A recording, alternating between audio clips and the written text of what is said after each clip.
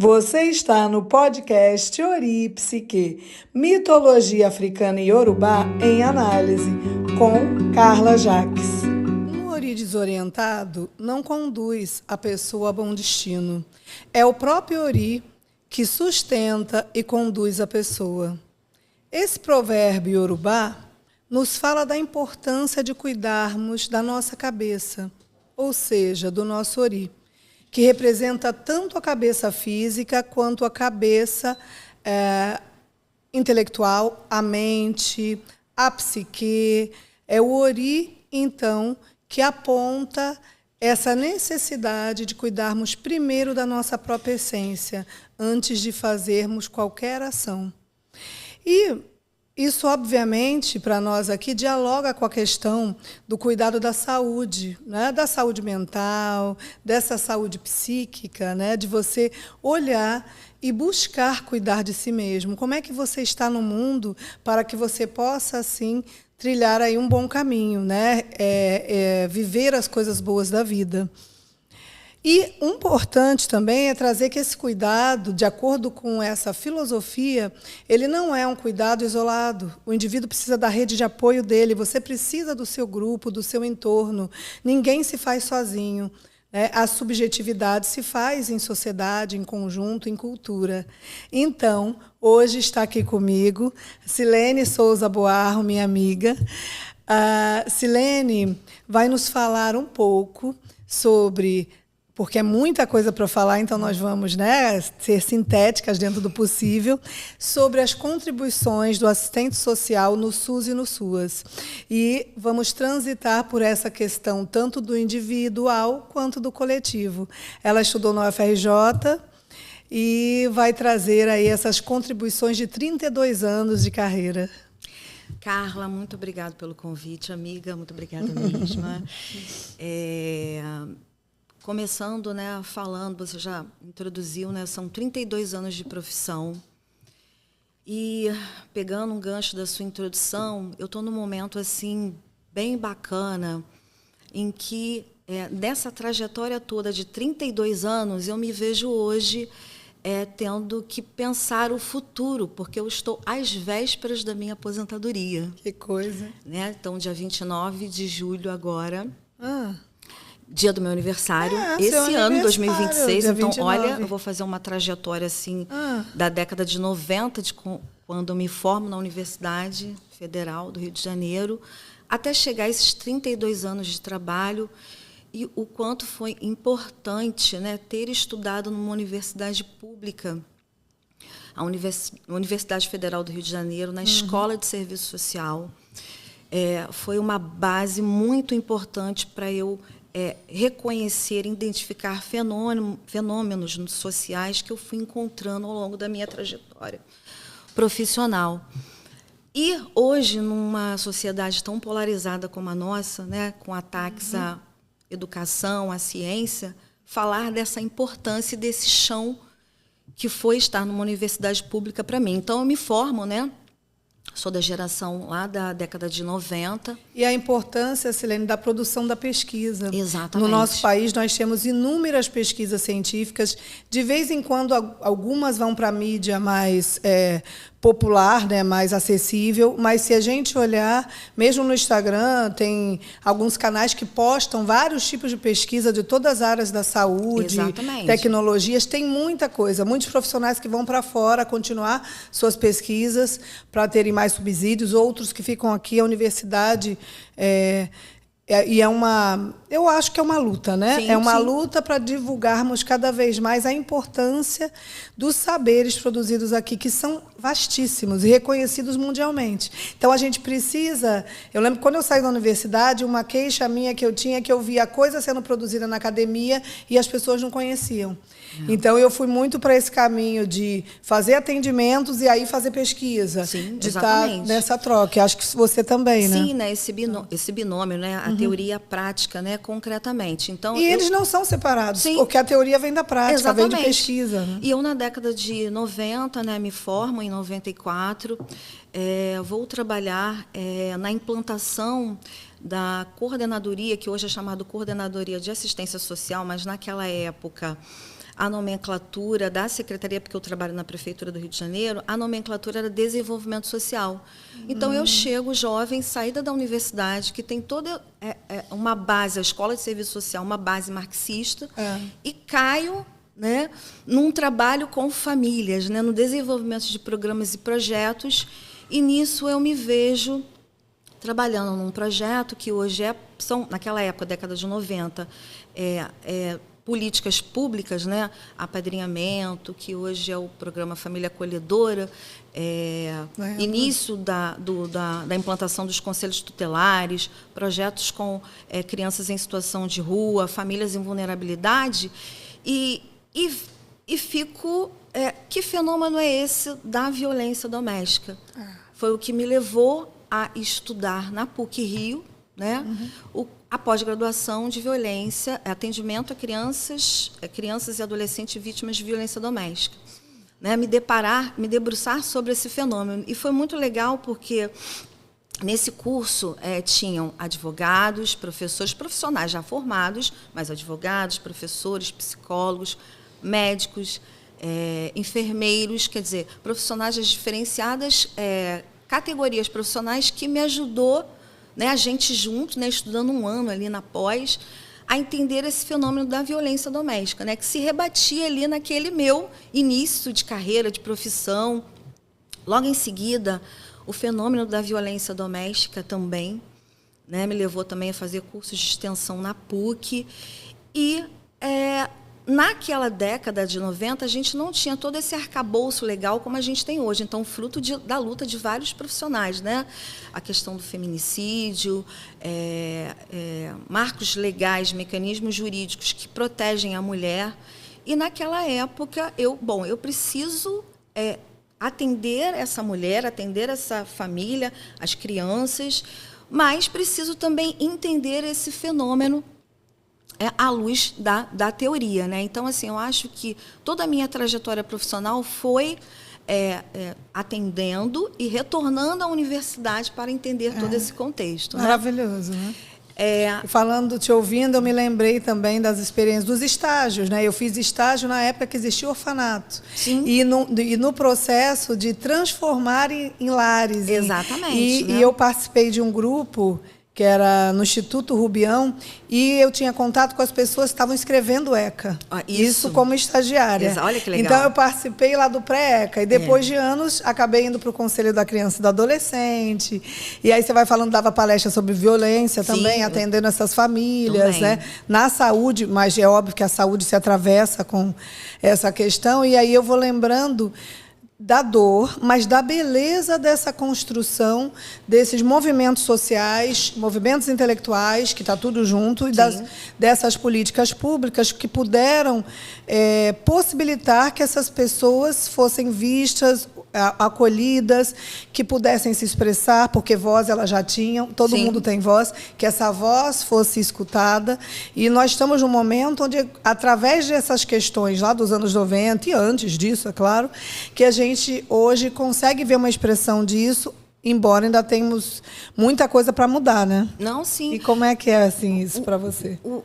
Assim, eu lembro que logo participei também da implantação dos conselhos tutelares, né? Atuei em um determinado momento também. Então, assim, foram arcabouços legais que fizeram a garantia hoje dos direitos das crianças e dos adolescentes e na questão da violência contra a mulher. Eu fiquei, eu acho que uns 6 anos, né, atuando na coordenadoria. Mas, nesse período, a gente tinha a possibilidade de prestar concursos públicos, né? Hoje a gente vê assim que já essa mobilidade essa modalidade está bem restrita, né? Existem mais as contratações, né? Enfim. Mas eu fiz um concurso em 97 para a saúde, e aí eu só fui chamada em 2000. O último banco, né, o prefeito César Maia, na época, que era o prefeito do Rio de Janeiro, ele fez a última chamada desse concurso que eu fiz, aí eu entrei. E eu sempre trabalhei na Zona Oeste, morando na Zona Oeste, trabalhava já na Zona Oeste nessa coordenadoria, porque a cidade do Rio de Janeiro ela é dividida em áreas programáticas, né? Aí centro, Zona Sul, Zona Norte, Zona Oeste, e fatiotadas em APs, né? E eu falei, bom, já que eu estou aqui na Zona Oeste, já transito por aqui, já conheço, né? Consigo ali perpassar pelas diversas instituições também. Hoje a gente chama de rede socioassistencial, na assistência social. Sim. Resolvi permanecer ali naquela área programática, lá em Santa Cruz. E, naquela época, eram as unidades básicas de saúde, né? Unidades básicas de saúde. Hoje, o Rio de Janeiro, ele já converteu um modelo, né, de atenção básica para a estratégia de saúde da família. Então, a gente tem ampliação desse modelo no Rio de Janeiro, foi pioneiro, né, até hoje, né? E eu fazia parte dessa equipe lá em Santa Cruz, que tinha ali, né, toda a análise do território, desertos sanitários, e a gente foi convidado, já em 2009, a fazer a conversão desse modelo. A gente já tinha unidades no território que eram estratégia de saúde da família, e eu segui nessa equipe fazendo ampliação, e como isso foi rico para mim. Eu atuava num departamento chamado Divisão de Atenção Primária e voltei, mesmo na saúde, a trabalhar com diversas linhas de cuidado. Criança, adolescente, sempre, né? Interessante. Violência contra a mulher. Então, isso sempre me atravessou e sempre me acompanhou. Mas eu estando, né? Eu trabalhei numa unidade básica, depois fui logo convidada a compor essa coordenação, aí já é uma área de gestão. Aí eu já estou nessa defasagem, né? Vou ter que voltar a estudar. E aí foi o que me levou a fazer o MBA Gestão em Saúde, né? Já ali em 2000, né?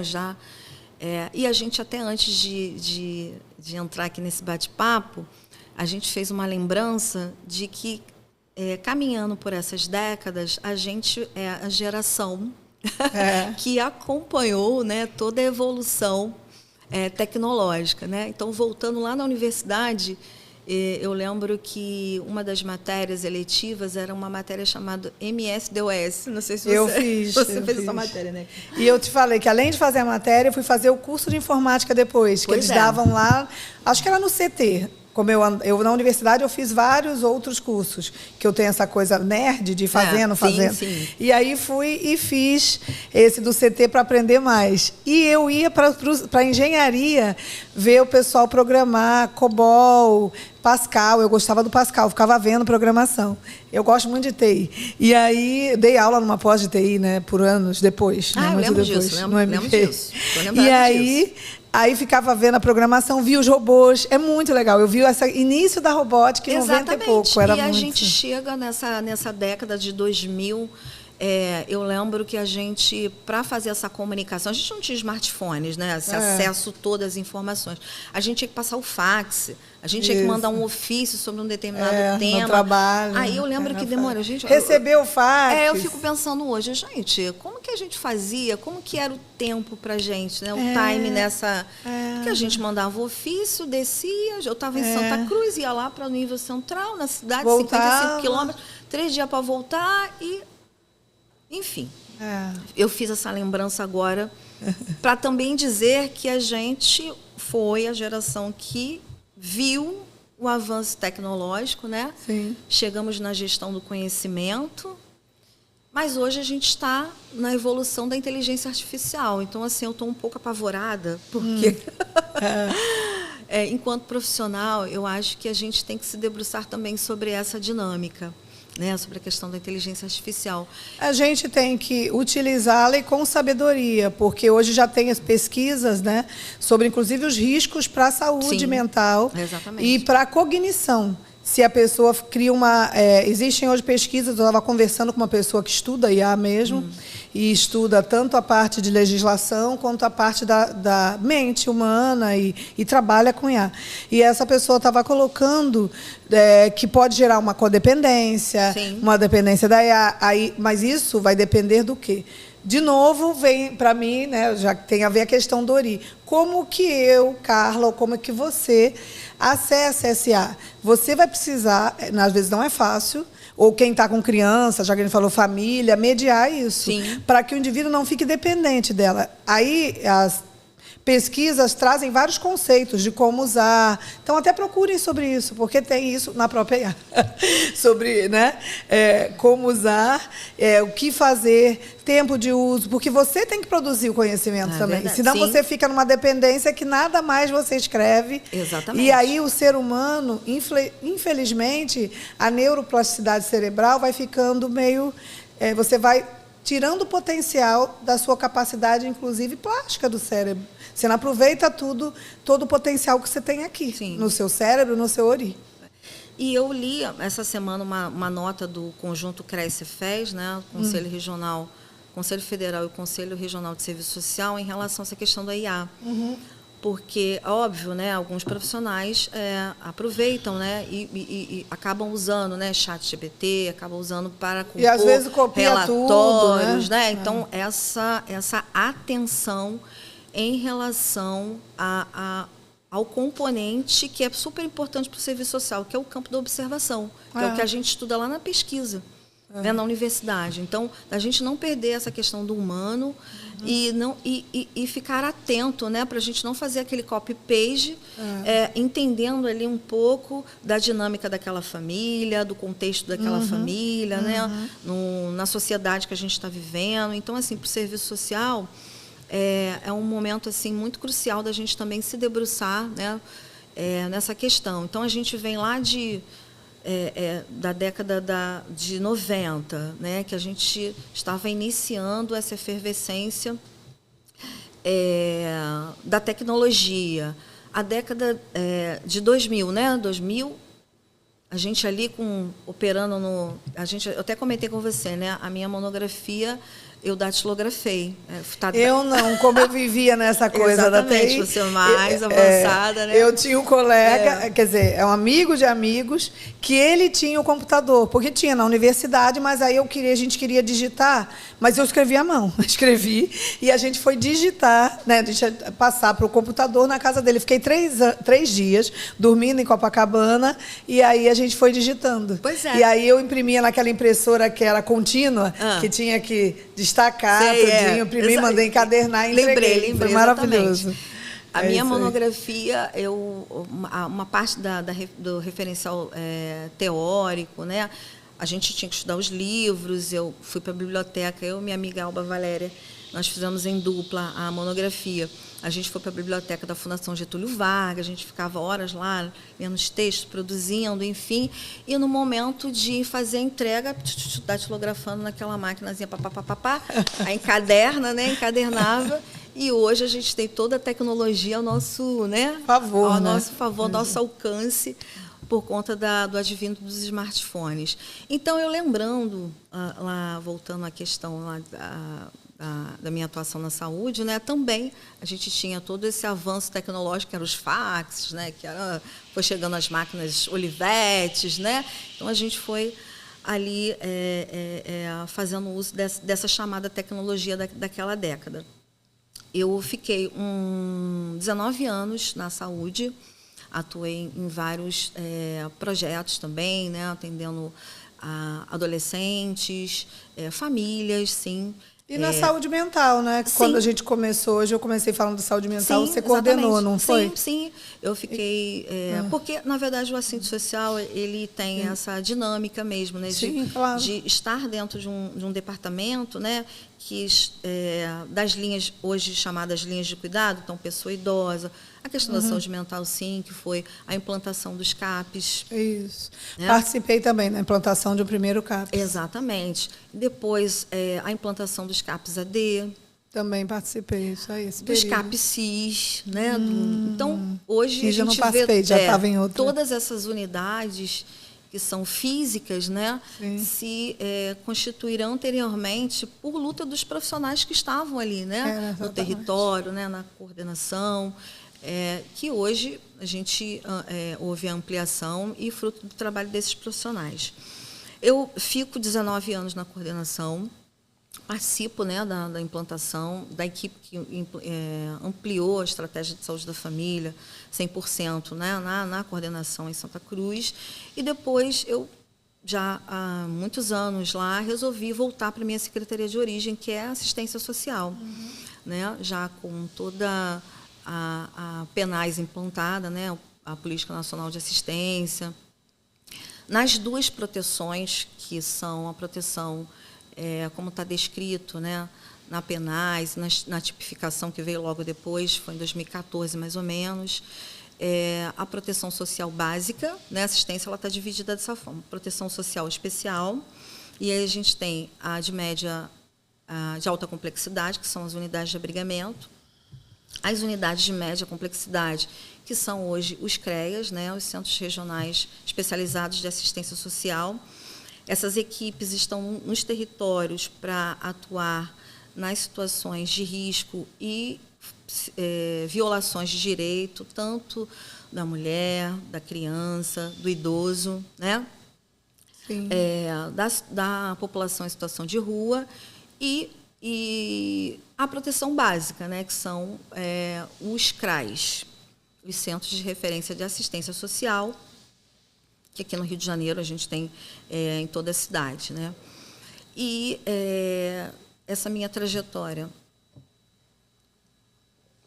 Te ouvindo, Silene, eu fiquei me lembrando também, olha como a vida é interessante. Silene é minha amiga a mais antiga que eu tenho e que, né, ainda continuamos juntas, vamos dizer assim. E eu tinha 11 anos e ela 10 quando nos conhecemos. Verdade. Estudávamos no mesmo colégio, só que eu um ano a mais e tal. A gente cursou a mesma universidade. Pois é. Só que lá a gente não se encontrava. Prédio ao lado. Te vi uma vez lá. Verdade. Ao lado, o Verdade. IP, né, o Estudo de Psicologia e Serviço Social. Mas era tanta coisa para fazer que a gente não se via lá. Né? Mas moravam no mesmo lugar, no mesmo condomínio, vamos dizer assim. Muito legal. E aí, a gente, quando se encontrava, eu fui morar em São Paulo, ela aqui, as histórias foram assim, tinha muita coisa que foram se entrelaçando. Eu trabalhava na saúde, né? E aí fiz um concurso, e aí fui chamada e comecei a trabalhar lá. E aí eu acabei entrando no programa Recém-Nascido de Risco e no planejamento familiar. Já tinha trabalhado na saúde mental bastante e comecei depois a fazer gestão de um programa de gestantes de risco, psicossocial, tal, e entrei no Conselho da Criança e do Adolescente. Fiquei lá 8 anos, que foi um trabalho, a gente analisava projetos de ONG, verba, que existe o Fundo da Criança e do Adolescente, Isso. onde você, indivíduo, e ainda, infelizmente, é pouco divulgado, mas a gente, naquela época, muito tempo atrás, 2008, teve anos a gente conseguia arrecadar 1 milhão no fundo, em Sorocaba. As empresas com lucro real podem destinar 1%, isso é importante. E até pessoa e o dinheiro também, fica né? E pessoa física também, é um outro valor. Vê com o seu contador. E esse dinheiro fica na sua cidade e você vê para onde vai. Então, a gente dava aula de projeto para as ONGs, avaliava as ONGs para fazer o registro dessas ONGs para funcionarem, de criança. E aí, isso me levou a fazer mestrado em serviço social. Quando você falou da assistência, eu me lembrei que eu estudei com a Aldaíse Sposati, que foi quem implantou a política de assistência, uma das principais. Martinelli foi minha orientadora, toda hora falo com ela aqui, mandei meus livros para ela. Ela escreveu um livro agora, né? Recente, né? Ela Bacana. é maravilhosa, né? Verdade. Sempre falo, vou até mandar uma mensagem para ela aqui, que estou gravando, e estou falando, Maria Lúcia Martinelli, minha professora para sempre, me orientou no mestrado, que pessoa. Carla, História oral, trabalhamos com história oral, que tem a ver com com a oralidade, né? E aí conheci todas elas, a Barroco, a Yasbeck estava na minha banca, a Yasbeck a gente ia almoçar, são pessoas que vivem o que estão falando. Exatamente. É a coisa mais linda do mundo. Universidade, e elas, desculpa meu professor foi José Paulo Neto. O José Paulo Neto, conheço. E marido dela é Mamoto, né? Então, aí é Mamoto. Toda essa base aí pra gente seguir. E os livros deles, e essa troca, e esse diálogo deles com a saúde mental, ele é muito vívido do serviço social, porque é olhar essa saúde mental, a saúde do todo, isso do Ori, pelo prisma do coletivo também. Sim. Né? Se você mora numa comunidade, num espaço, num bairro, e alguém ali está em sofrimento, isso também te atravessa. Não, com né? certeza. Inclusive as violências. Por que está sendo produzida essa violência? Silene falou da violência contra a criança. Né? Eu também escrevi em 2013, o primeiro plano, eu era dessa comissão, de enfrentamento à violência sexual contra criança e adolescente de Sorocaba. E é um tema pesado, né? E árduo, mas necessário. E fizemos esse plano e fomos implantar. Veja, então, se a gente não olha para essas mazelas sociais, porque, infelizmente, elas existem, mas elas são produzidas como? Sim. Na subjetividade, é o indivíduo que faz. E por que esse indivíduo faz? Que sociedade é essa que está produzindo um número grande de individualidades que cometem violências? Tem alguma coisa para ser pesquisada no todo. Sim, não certeza. É somente no individual. Sim. Então, esse diálogo, assistência social, serviço social, psicologia e outras áreas, né, que você trouxe. Hoje, eu não... Porque eu, quando retorno para assistência, né, eu cheguei a trabalhar logo de início na proteção especial. Eu fui trabalhar num abrigo de idosos, numa URS, uma unidade de reinserção social, né, como está constituído hoje, dentro da tipificação da assistência. E aí foi um trabalho também muito bacana, né, de entendimento do porquê que leva esses idosos a estarem, né, já que eles são idosos, constituíram, como que foi a vida, né? Como que se constituiu, família, e chegam naquele momento numa condição de estar na rua e nesse abrigo, né, onde a gente realizava o trabalho também com a equipe multiprofissional, né, equipe multidisciplinar, psicólogo, assistente social em especial, dentro do que a gente chama de PDI, plano de individual, né, constitui nesse PDI algumas lacunas de vida desses idosos. Fiquei pouco tempo lá. Logo voltei porque nesse trabalho com os idosos, nessa URS, eu trabalhava na Zona Norte. Eu saí da Zona Oeste e fui trabalhar um pouco na Zona Norte, conhecendo um pouco esse contexto dessa parte da cidade que é totalmente diferenciado, né? Totalmente outra realidade. E depois assumi também a assessoria da coordenação da 4, que é a Zona Norte da cidade, pega ali... Ilha do Governador, pega Penha Bom Sucesso, também, Grande Complexo da Grande. Penha, Maré, Alemão. É diferente mesmo da Zona Oeste. Nesse momento, a gente pega ali também a pandemia, né? É o momento da pandemia, que foi importante. É importante também pontuar. A gente vive ali uma outra realidade, porque população em situação de rua ali na área da Maré, enfim... e a maioria das instituições fecharam, né? As equipes de saúde e as equipes de assistência que estavam ali no front, né? Na minha chegada para assistência, eu vivi um pouco isso. E como foi importante as unidades, principalmente os CRAs e as unidades da proteção especial, estarem de portas abertas. A gente vê muito isso, né? Que o CRAS, que é a unidade hoje que eu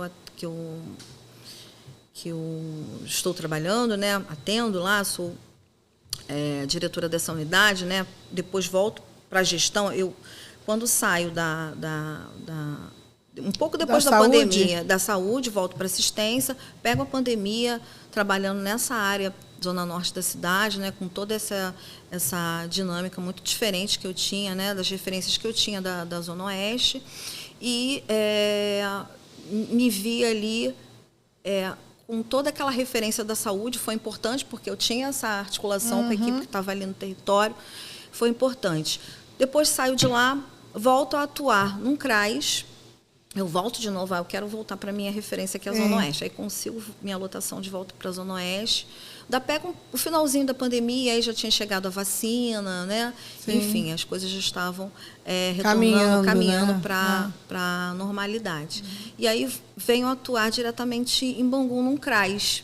E aí foi legal toda a minha trajetória, trazer toda essa minha construção e me debruçar sobre essas questões, né, que você mesmo pontuou, que a família que está dentro de um contexto, de um território, né, e vem buscar ali o atendimento na unidade em função das desproteções. Né? Depois fui coordenar um CRAS, na zona eu coordenei mais 2 CRAS, e assim, quase que 1 ano e meio. Assim, fiquei 1 ano e meio em uma unidade num bairro da Zona Oeste, e a gente sabe que mesmo na Zona Oeste a gente tem as diferenciadas... claro. Tem a cultura, né? A cultura daquela rica comunidade. E é diferente, é diversa. Enfim, aí depois fui trabalhar num CRAS em Sepitiba, e aí foi muito legal, porque eu comecei a fazer um pouco essa trajetória do meu começo. Porque quando eu começo lá na saúde, eu trabalhei numa unidade básica em Sepitiba. Volto para Sepitiba 23 anos depois. Eu pensei, meu Deus, eu pensei que eu nunca mais fosse voltar para cá. Mas volto e encontro um território dentro de um outro contexto, né, social. Né, Sepitiba é um bairro que, na década de 90, as casas eram de veraneio. Eu acho que a gente... Né, morou em Santa Cruz. A gente ia até a praia de Sepitiba, né? A praia eu não ia, na verdade. Eu ia sentar e olhar, a né? minha mãe me levava lá, meu pai também me levava em Sepitiba. Eu lembro até da minha avó, que é paraense, veio de Belém, e meu pai levou lá na praia. Vamos à praia, vamos, em Sepitiba, né? A gente foi parar na praia de Sepitiba. Meus pais não curtiam. Eu ia, às vezes, assim, num barzinho olhar, uma música ao vivo. Exatamente. Eu acabava vindo às praias de Barra. Tu gostava da Barra, né? Minha mãe trazia. Era Barra e Recreio. E aí você vê, né? A gente vai sendo levado. Assim. Né? É interessante. É muito interessante. A gente vai, tá lá e daqui a pouco e a gente retorna. A gente retorna, né? Vivi todas essas Barra de Guaratiba, eu ia essas praias. E aí lá eu me vejo numa comunidade que sofre com relação à questão do transporte. As pessoas voltaram a morar, né? Não era mais um bairro de veraneio, um bairro que as pessoas moravam. Sepitiba agora é diferente. Totalmente. Parece, eu não fui há muitos anos mesmo, mas eu conheço pessoas que estão lá, que moram lá, colegas ou conhecidos, e agora o bairro deu cresceu, está mais urbanizado, está diferente. Sim, exatamente, totalmente diferente. Mas mesmo com toda essa dinâmica, a gente ainda vê famílias que moram ainda em lugares extremamente pobres, que ainda não chegou bens e serviços, sem infraestrutura, né, sem recursos. E tem ali a Zona 15, né, que são os pescadores, as marisqueiras. E aí eu fui atuar nesse bairro. Me deparo também com organizações sociais. Esse bairro tinha uma característica de ter essas organizações sociais povos de matriz africana, que, ao longo do trabalho, foram se constituindo como rede socioassistencial. Executavam trabalhos sociais, mesmo em relação ao centro, né? Então, ali peguei terreiro sustentável. Alguns centros de matriz africana faziam um trabalho social na comunidade. Ao longo dos Isso anos, é muito comum. Assim como algumas igrejas fazem, que a igreja é mais falado, todas as religiões, né, fazem esse trabalho. Exatamente. E eles faziam um trabalho assistencial também. Exatamente. Sim. Só que, em especial nessa comunidade, eram... mais, né? Era uma efervescência de instituições, né? E que a gente acabava se articulando. E aí vocês fazem uma parceria na rede. Porque o CRAS, ele, apesar de ser conhecido como a casinha do Bolsa Família, do programa Bolsa Família, e, na verdade, o programa Bolsa Família, ele é o tema transferência de renda, ele é transversal, ele é um recorte transversal para a gente, também muito importante, a questão você transferir renda para as famílias em situação de vulnerabilidade social. Sim. Ele é o programa integral de atenção às famílias, que é o PAIF, né? Que é o atendimento, o acompanhamento a essas famílias em situação de vulnerabilidade, né? A vigilância da exclusão no território em que ele está, que o CRAS está, e também a articulação com a rede social. É isso que eu ia te perguntar. Fala um pouco mais, as pessoas não sabem, acho que muita gente que é o PAIF, né? Eu sei porque, né, trabalhei transitei nisso. Uma época eu até dava supervisão para uma menina que trabalhava no PAIF, uma psicóloga. Mas fala um pouco mais do PAIF e também dessa articulação com a rede. Porque a ideia e aí eu volto para o que falamos no começo, a ideia é pensar sempre no conjunto, no grupo. Então, realmente, a política pública precisa atuar, as pessoas muito criticam que temos que melhorar, isso é óbvio, mas o fato de existir já traz um diferencial de outros países. E o fato de existirem profissionais como a Silene e tantos outros que se dedicam, que buscam articular e melhorar o sistema que já há, né? Isso já é extremamente válido para nós e louvável, né, no país. Então, como é que você vê essa articulação, tanto do PAIF com a rede? Como que foi isso assim na sua experiência? Trabalhar nessa coletividade, no coletivo. Como você pontuou, a rede de proteção está lá na Constituição de 88, né? O tripé da Seguridade Social. Então, a gente sabe que a previdência é contributiva, a saúde ela é um dever do Estado, então ela é para todos. E a assistência social, como está na Lei Orgânica da Assistência, ela é para quem dela necessitar. Né? Ela entra muito na equidade, fazer mais para quem mais precisa. Então, são exatamente. Carmelita Yasmek fala das classes subalternas, no sentido, não é no sentido vexatório, mas em que sentido é? No sentido que o sistema social que vivemos, ele produz esse modo operante de pessoas que não têm acesso. Exatamente. Mesmo se você pensar em emprego, tem vaga de emprego, beleza, tem. Pense, agora só você somar as pessoas que estão sem emprego com as vagas, vai ter vaga para todo mundo? Pare e faça isso, não vai. Além disso, a capacitação das pessoas, o acesso à capacitação. Exatamente. Além Todos disso, têm acesso? Pois é. Tem, porque tem escola. Tem escola, perfeito. Mas se a pessoa já apanha o dia inteiro, já sofre violência, já não tem alimentação, ela vai ter aquele desejo? Teve uma que teve. Por quê? Era o ori dela, era alguém que também... Esse ori não se faz sozinho. Era a mente dela, alguém que deu uma força a ela, uma professora, alguém... É impossível, se você pesquisar a história de pessoas que vieram do nada, essa meritocracia não existe. Exatamente. Porque ela nunca veio do nada. Alguém deu um livro para ela, alguém levou para algum lugar. Incentivou, não existe. Né? Por isso, acho que o coletivo é importante. Exatamente. Né? Se a gente pegar, por exemplo, o programa de transferência de renda, né, que é o Bolsa Família, né, que a gente sabe que... muita gente critica, né? Hoje a gente está num momento, né, de críticas ao programa, independente de críticas, questões políticas e partidárias. O programa que tirou o Brasil do mapa da fome. Ele tem problemas, é óbvio. Tem gente que não precisa? Tem. Não. Mas aí em todo lugar tem coisas que não precisam. Mas tem muita gente que precisa. E tem pesquisas de famílias que deixaram o Bolsa Família. Sim. Que montaram comércios, venderam... Eu sei de vários casos. Sim. Não são todas? E lá não no são. CRAS a gente tem famílias, sim, que chegam e, olha, eu quero me desligar do programa. Você tem isso? Sim, isso é legal falar. Isso acontece. Porque, na verdade, parece no imaginário social que as pessoas recebem sem precisar. Mas todo programa de transferência de renda, inclusive no Brasil, tem critérios de concessão. Isso. Então, na verdade, só vai receber aqueles que estão dentro dos critérios. E os critérios de concessão do programa de transferência de renda Bolsa Família, ele é exatamente para as famílias com perfil de vulnerabilidade social. Extrema mesmo. Extrema vulnerabilidade. Até pelo recorte de per capita. Né, de extrema vulnerabilidade. E algumas, quando é percebido, perdem. Né? Outro dia mesmo, a minha estava me falando de uma vizinha dela que perdeu. Sim. Ela comprou, ficou... Bem, ela foi melhorando a situação dela, ela não precisava lá mais e não foi falar. Aí ela comprou, eu vou dar um exemplo mesmo, comprou um iPhone, não sei o quê, e o iPhone o mais novo, para pagar lá com a Bolsa Família e parcelar. E ela comprou mais outra coisa, uma motinha, não sei o quê.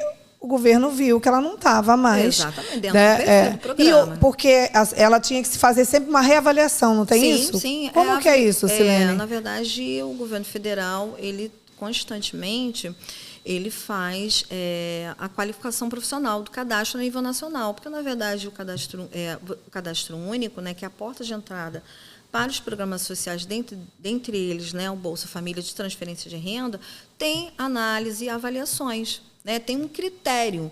O primeiro critério é manter os dados atualizados. E tem uma agenda de compromisso com a família. Que isso é uma coisa que foi deixado de lado. Mas isso existe. Que é manter as crianças na escola, frequentando, né, e manter a saúde da família. Então, existem mecanismos de avaliação, né, justamente para que as famílias que realmente precisem, necessitem, estejam em situação de vulnerabilidade social, acessem a renda. Né? Porque o governo transfere renda para você. e você tem essa agenda de compromisso de manter as crianças na escola.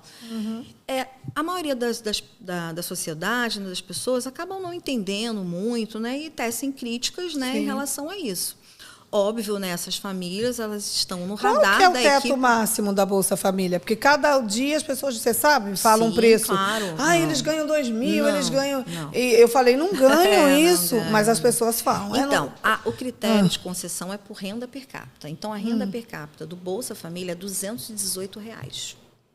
Tá. Daí você para a pessoa entrar, ela tem que ganhar até R$218, é isso? Não, a renda per capita. Todo programa de transferência de renda no Brasil, ele é dado por renda per capita. Então, é analisada a renda per capita da família. Não renda ou renda per capita da família. Né? Mas então, para a gente entender, são famílias que para elas entrarem, cada membro ganha até R$218. Entendi. Ou que não dá para ou não tem gente que não tem renda nenhuma. Exatamente. Aí tá. E depois, quando elas entram, qual o máximo que elas recebem? Então, aí tem o pagamento que é fixo no valor de R$600. Isso. Tá? E o governo faz a concessão dos pagamentos variáveis. Então, famílias que têm crianças de 0 a 6 anos ganham 150 a mais. Sim. E famílias que têm crianças de 7 até quase 18 anos, 17 e 9 meses, ganham mais R$50. Tá. Gestantes e nutrizes, porque tem o quê? A condicionalidade da saúde. E se a criança não se nutrir, ela nasce com problemas, a mãe não se nutrir na gestação, dá problemas, inclusive, neurológicos, todos que é problema, físicos, tal, pode ter malformação, tanto que o SUS dá ácido fólico para não ter malformação. E aí também, depois essa criança vai ter que ir para o SUS ficar internada ou, infelizmente, até virar óbito. Então, é importante essa gestante ter um amparo. Exatamente. Né? E aí ela cumpre a condicionalidade. Quando a gente identifica que a família tem uma gestante, ela cumpre a condicionalidade da saúde. O pré-natal. Que é pré-natal, manter as vacinas das crianças em dia, né? Senão ela não recebe. Avaliação do crescimento. Então, para você ver que tem todo um contexto em relação a atenção e cuidado com essa família. Agora, né? você não Paira entrou... no imaginário social que as famílias recebem 2.000, 3.000... Não enfim, chega a isso. Mas aí, agora você entrou numa coisa que toda hora... De vez em quando eu escuto alguém falando que o pessoal vai tendo filho por causa do Bolsa Família. Essa questão da reprodução. E o programa de planejamento familiar, ele funciona? Pelo menos no município que eu trabalhei, é que a gente fez um programa lá... E no Rio de Janeiro também. Aqui eu não conheço. Sim. Mas em São Paulo, saúde, tinha ônibus. A gente criou um ônibus rosa, um azul, que ia até os bairros. Muitas mães, eu encaminhei para os programas, e pais também, fizeram vasectomia. Lá a gente teve assim que foi reduzindo a natalidade num sentido bom, não era um sentido de um controle de natalidade, de punir, não. Aquelas famílias que queriam, que precisavam, que já tinham ali, né, seus filhos, estavam bem, então a gente possibilitava esse acesso, com todos os critérios de avaliação. Exatamente. Avaliávamos. Sim, na saúde, sim. E houve um boom assim, enorme nisso, né? No crescimento e na redução da mortalidade infantil. Lá era super baixa de Sorocaba, virou referência também no Brasil. A transmissão, agora me lembrei da transmissão do HIV. A transmissão do HIV mãe para filho em Sorocaba foi a primeira do Brasil a ser 0. E aí eu lembro que o diretor de lá foi trabalhar em Brasília para explicar como fazia esse programa. Então, assim, no município que eu estive, a gente fazia um programa que, naquele período, hoje, as coisas vão mudando, né? Sim. Mas houve uma redução de várias sequelas sociais. Sim, e no município do Rio de Janeiro também, né? Os programas de imunização são programas premiadíssimos, né? Por conta de ter essa atenção em relação às famílias do território. Com relação ao CRAS, né? Hoje a gente está... eu hoje atuo, né? Já estou terminando, assim, né? Pensando o que eu vou fazer no futuro, né? Como é que vai ser? Fase, isso é legal de falar, assim, né? Me fala uma coisa, dia 29, que é o seu aniversário, que eu sei, e aí é o dia da aposentadoria, não estou entendendo, isso? Então, vamos lá. É isso? Eu, servidora pública, já tenho 32 anos de carreira, né, transitando aí toda essa efervescência, muito mais outras questões, né, que outras frentes também que atuei. Como servidora pública, a gente tem um regime diferenciado. de previdência. Então, a gente precisa ter 30 anos de contribuição, é como se fosse uma CLT, né? Sim. 30 anos de contribuição, 20 anos de efetivo exercício, né, na função pública. E, hoje, por conta das questões das diferentes reformas, a questão da idade. Eu estou pagando o pedágio da idade, porque eu já poderia estar aposentada. Eu também entraria nisso, é que eu saí, eu pedi exoneração. Você também, né, como servidora pública, né? Eu fui. Tem toda Mas eu exonerei, então agora não tem mais isso, Exatamente. Agora eu continuo sempre. E aí eu estou aguardando cumprir a trilogia da idade. Né? Eu vou fazer 55 anos, que é meu aniversário agora, dia 29 de julho. E aí, cumprindo essa trilogia, eu me torno aposentável, eu já posso sair. Né? E isso está me dando, assim... Todo mundo pergunta, e aí, Borra, você vai sair porque você é rock'n'roll, que você gosta, você diz que não quer, e, enfim, e daqui a pouco você está lá, está na atividade, está na gestão, e está no atendimento, e vai para a saúde, volta para assistência... Como é que vai ser essa dinâmica? Eu digo assim, não, eu vou sair porque eu estou cansada, 32 anos, né? Quero fazer nada, agora eu quero viajar. Mas está me dando um pouquinho de medo, Carla, porque, na verdade, hoje estar aqui foi também poder ver assim um pouco da minha trajetória profissional, assim meio que fazer um flashback, nesse período, né? E também culminar nesse período que a gente, voltando ao início do tema de hoje, né? A gente acaba se confundindo, né? O Silene, o eu Silene com o profissional Silene, né? E nessa trajetória de 32 anos a gente vai no automático. E agora está sendo o momento de eu parar um pouquinho e pensar o que vai ser do futuro, né? Nesse intervalo de tempo também, eu dei aula na Universidade Luterana do Brasil, que foi a UBRA, na modalidade AD. Eu fiquei quase 6 anos também. Na saúde, eu também fui supervisora de estágio. Engraçado que na assistência não, mas na saúde eu passei longo 10 anos, né, na supervisão de estágio, que é uma coisa muito bacana poder contribuir também para a formação, né, dos alunos. Hoje tenho colegas que foram meus alunos e são colegas de trabalho, tanto atuando na saúde hoje como na assistência social. Encontro assim os alunos, então é muito prazeroso, né, a gente ver o crescimento profissional e quanto que foi importante você poder contribuir também. E, de repente, eu pensei assim, bom, eu vou começar a carimbar meu passaporte de viagens, né? Mas também me deu um estalo há bem pouco tempo de repente, voltar a estudar. Porque nessa trajetória toda, eu fiz o curso de pós na PUC, depois eu fiz o MBA, né? Do MBA para pós que eu fiz, já atuando na saúde, na Fiocruz em vigilância em 2017, que me levou também a pensar que eu tinha 10 anos, né, de lacuna na minha formação acadêmica, né, da última pós, para aquele momento, né, que eu estava vivendo. Eu falei, não, tem que atualizar meus conhecimentos, voltar a estudar, entender esses fenômenos. Apesar de sempre estar lendo, fazendo curso de extensão, mas é importante a formação. De extensão, né? Cursos que dentro do trabalho, né? Do assistente social na saúde, do assistente social na assistência, a gente está também nesse diálogo com outros profissionais. Fiz o curso de pós-graduação na Fiocruz, também foi muito bacana. Tinha colegas... Geralmente o curso ele é muito voltado para a área de saúde, então são muitos enfermeiros. Então ter um assistente social, um psicólogo, que era o meu amigo Silvio, que trabalhava comigo, na turma também levou outros temas para a vigilância, né, em saúde. Então, violência contra a mulher, meu trabalho de conclusão de curso foi sobre uma série histórica de violência na saúde, né? O perfil da mulher que sofre violência na saúde, uma série histórica de 10 anos lá da área programática que eu atuava. Então, foi bacana também.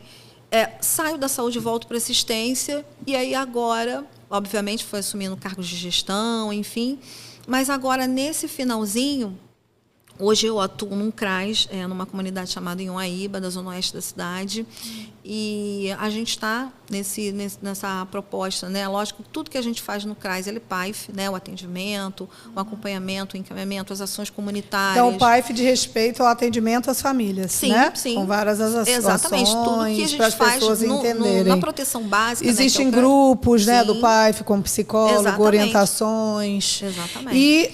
E essas famílias que aparecem lá... Que, na verdade, é o trabalho coletivo com as famílias. Tá. Né? Isso é um desafio, eu acho, que de todas as equipes que atuam em CRAS, de transformar o atendimento particularizado num trabalho coletivo, né? Para poder entender tanto que hoje mudou a nomenclatura, né? Não é só trabalho, né? Os cadernos PAIF, as trilhas formativas, né? E tem um caderno que foi escrito agora que fala sobre essa interlocução do PAIF e o PAEF, que é o atendimento que a equipe do CREAS realiza, né, no território. Né, dessa mudança de nomenclatura. Trabalho com famílias e territórios. Justamente para poder... A gente ter, o território. Exatamente. Que dialoga, né, com isso. Esse indivíduo dentro do seu contexto social. E muda, né? Cada território é único, exatamente. Específico. Eu coordenei 3 CRAs, né? Eu estava na gestão de 3 CRAs, em diferenciadas, na Zona Oeste, mas em diferenciadas comunidades, e cada comunidade tem sua especificidade. Não tem jeito. Como eu falei de Sepetiba, paciência, né? Hoje em Inhoaíba. Então, diferente. Você poder analisar que contexto essas famílias, em que contexto social essas famílias estão inseridas, né? Dentro de uma sociedade de modos de produção, enfim, como a gente vive hoje. A gente volta E como é que, na prática, é feito esse trabalho comunitário? Vocês têm reuniões com, por exemplo, com os equipamentos, que antes falavam instituições, com a rede? Sim. Com as ONGs, O trabalho da redes. rede é um trabalho que a gente precisa realizar, né? Rede intersetorial, rede socioassistencial. A gente tem um trabalho muito forte lá com a rede, não só saúde, educação, mas também com as instituições que fazem um trabalho social. Até moradores de bairro ou não? Sim, também. Que, na verdade, é o controle social. Então. Né? A gente acabou de fazer uma pré-conferência de criança e adolescente. Eu organizava as conferências, amo. Nossa, que delícia, que bacana que né? E essa conferência de criança e adolescente que a gente organiza, e está na nossa dinâmica, ela precisa ser validada pelas crianças e pelos adolescentes. Isso. Né? Então, eu me lembro que eu fazia com os adolescentes também. Então, era muito bom. Eles estavam lá, a gente fez os esquentas, né, que a gente chama de esquentas, para que eles pudessem entender qual o objetivo da conferência, né, que eles precisavam ter voz, e eles têm um espaço bacana para eles falarem da necessidade deles, da garantia dos direitos que eles necessitam. E né, o mais especial, legal crianças e adolescentes. É que muitas coisas que depois vocês veem, 2 anos depois na prática, ou 5, saíram das conferências. Exatamente. Eu, como passei anos nisso, via sendo implantada um instituto que saiu a ideia da conferência. Exatamente. E aí vai para a conferência estadual, municipal, estadual, e depois federal, né, que é nacional. E nem tudo sai, mas muita coisa você vai ver no município que saiu daquelas ideias. Exatamente. Dos próprios jovens e atores sociais e pessoas que estavam ali, adultos. Que a gente chama de todos. Controle social, né? Participação esse é o controle social. Que tem a ver com a democracia. Está lá no PAIF, né? Participação social. E a democracia participativa. Exatamente. Então, existem mecanismos. Eu acho que cabe mais a gente procurar conhecer quem tem interesse. Como eu participo dessa democracia participativa do país? Né? Para quem tem essa chama, esse interesse e tal. Exatamente. Silene, explica, fala o que é CREAS. Eu acho que muita gente aqui não conhece. Você citou, CREAS. O CRAS, ele é o Centro de Referência de Assistência Social. Então, ele é a proteção básica. É como se fosse a clínica da família do território. Né? Eu costumo fazer essa analogia. É mais fácil, as pessoas... Então, são aquelas famílias que ainda acessam bens e serviços, mantêm suas crianças na escola, né? É aquele espaço que está lá, o posto de saúde, você faz a vacina, você faz o atendimento, você faz o pré-natal. E o CREAS, ele já é uma unidade que vai atuar na questão do risco do indivíduo ou da família e nas violações de direitos. Isso. Tá? Quando então, tem por exemplo, uma violência sexual, uma violência, algo que já foi estabelecido, um risco, né? Aconteceu algo. Risco social ou realmente a família, o indivíduo que já esteja em situação de violação. Ou a violência contra o idoso, a violência contra a mulher, a violência contra a criança e adolescente, né? A questão dos meninos, né, adolescentes cumprindo as medidas socioeducativas, né? Tudo isso. E a população em situação de rua, né, que já rompeu todos os vínculos ali com a base comunitária, com a família. E aí isso entra numa outra conversa que hoje não dá tempo, que é as políticas ligadas à drogadicção, né? Eu tenho pós independência química pela Unifesp e, infelizmente, a gente sabe que, estatisticamente, grande parte que está na rua tem a ver com a questão da dependência química. Mas aí não... Né? Não é? É um dos fatores. Sim, que aí dá para a gente voltar outro dia. Isso aí é outro debate, outra discussão, com certeza. Mas o que eu queria que você falasse agora para a gente ir finalizando, que é um pouco de como você vê essa sua... E para outras mulheres também que estiverem... E homens, mas como mulheres, que somos mulheres aqui, que estão em vias dessa aposentadoria.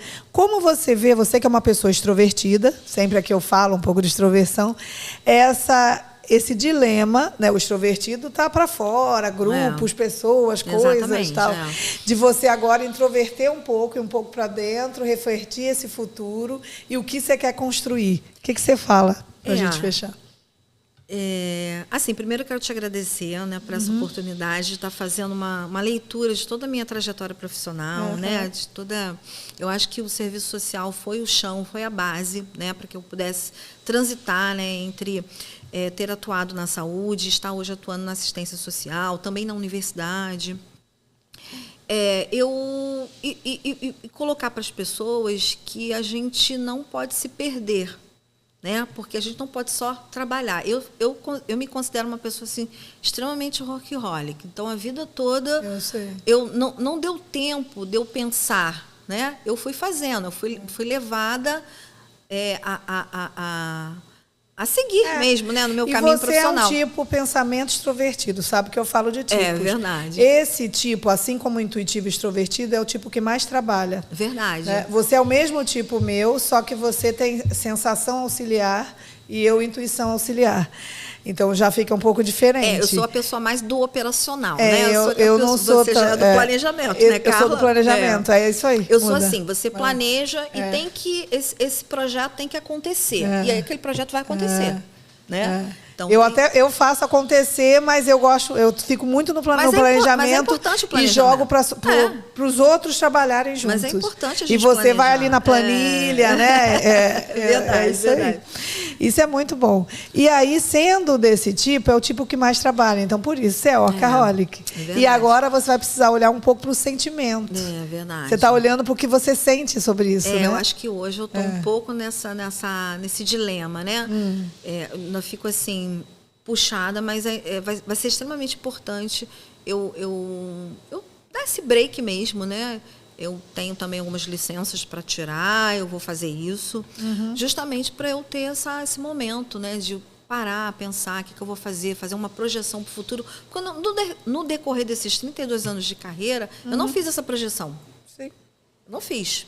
Né? Eu estou começando a olhar agora, visto que a coisa ali está se aproximando, né? É o meu aniversário, oba, festa, mas tem uma outra coisa ali por trás que eu vou ter que de desvelar, né? Desmembrar. Assim, eu pretendo voltar a estudar. Eu não fiz mestrado.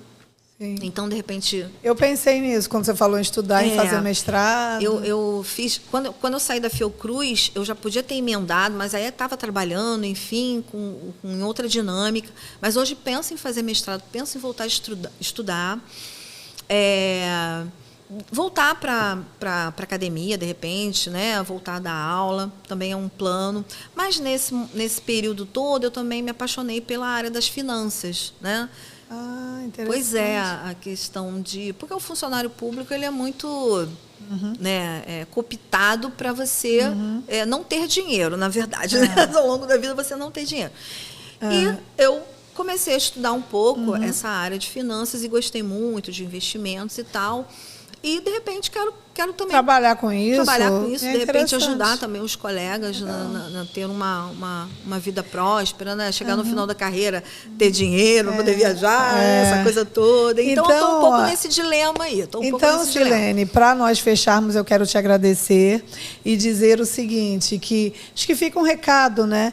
Que é importante, Silene, a gente falou aqui do tipo dela, um extrovertido, então o extrovertido, essa libido, que a energia vital está fora, tem um período que a gente tem que olhar para dentro, e aí fica esse recado que a gente cuide do nosso ori, da nossa mentalidade, pensando, inclusive, para quem está para aposentar, em novos projetos. Exatamente. E em projetos mais alinhados, no caso dela, que a função sentimento é inferior, inclusive com a sua individualidade. Está gostando de finanças, mexer com finanças? Fica o recado aí para cada um. Tá? Gratidão por acompanharem. Gratidão, eu que agradeço, Silene. Carla. Foi muito bacana. Obrigada, viu? Obrigada por esse momento. Nada.